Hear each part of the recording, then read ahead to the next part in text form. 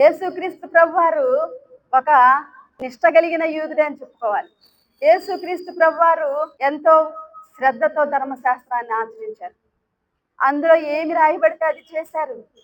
అన్యులతో సాంగత్యం చేయొద్దన్న మాట కూడా ఉంది కదా ధర్మశాస్త్రంలో, అది కూడా పాటించారు. అయితే సమయం వచ్చింది. ఏ సమయం? ఆరాధనా పద్ధతి మారిన సమయం వచ్చింది. అప్పుడు ఆమె దగ్గరికి వెళ్ళి ఆశతో ఎదురు చూస్తున్నటువంటి సమరయ స్త్రీ ఏమని ఎదురు చూస్తుందంటే, ఆమెకేదో ఆస్తులు వస్తాయి, ఆమెకేదో ఉద్యోగాలు వస్తాయి, ఆమెకేదో మరి వివాహం అవుతుంది అని దేవుని కొరకు ఎదురు చూడట్లా. ఎవరి కోసం ఎదురు చూస్తుంది తెలుసా? మెస్సియా, మధ్య గోడను పడగొట్టే మెస్సియ కొరకు ఆమె ఎదురు చూస్తుంది. హల్లెలూయా!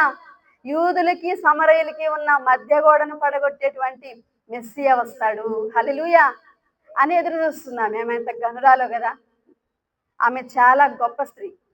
అందుకే ప్రభువారు ఆమె దగ్గరికి వెళ్ళారు.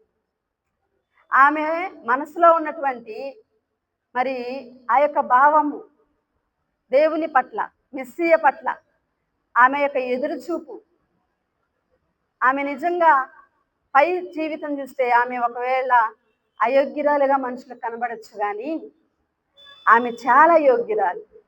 యేసుక్రీస్తు ప్రభువారు మరి ఆ ఒక్క స్త్రీ కోసం సమరయకి వెళ్ళారు. హల్లెలూయా! అంటే ఆమె పట్ల దేవునికి ఉన్నటువంటి ఉద్దేశములు గొప్పవి. ఆమె అంతర్యంలో ఉన్నటువంటి ఆ యొక్క ఆశను ప్రభు చూశారు. హల్లెలూయా!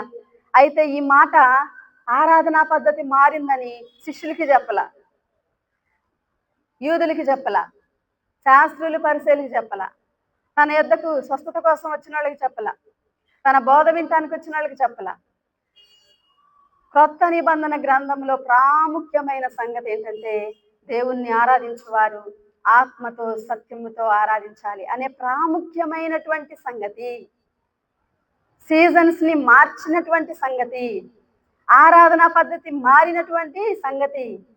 ఇటువంటి ప్రాముఖ్యమైనటువంటి అత్యంత ప్రాముఖ్యమైన ఈ సత్యాన్ని ఎక్కడ బయలుపరుస్తున్నాడు? ఎవరి దగ్గరికి వచ్చి చెప్తున్నాడు ప్రభువారు? ఒక అన్య స్త్రీ దగ్గర, ఒక సమరయ స్త్రీ దగ్గర. దేవుని యొక్క విలువలు ఎలాగుంటాయి చూడండి.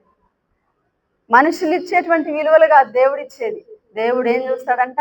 నరులు పై రూపము లక్ష్య పెట్టుదురు, కానీ ప్రభు ఏం చేస్తాడు? అంతరంగాన్ని లక్ష్య పెడతాడు. ఆమె అంతరంగంలో ఉన్న ఆశ ఏంటి? ఆమె ఏమవ్వాలనుకుంటుంది? ఏం చెయ్యాలనుకుంటుంది? ఆమెలో ఉన్నటువంటి తృష్ణ ఏంటి? ఆమెకున్నది ఏంటంటది? ఒక ప్రవక్త ఎదురుపడినప్పుడు అడగాల్సిన ప్రశ్నలేం ఆమె అడగలేదు, కానీ మెస్సియా వస్తాడు, నేను ఎదురు చూస్తున్నా ఆ మెస్సియా కొరకు.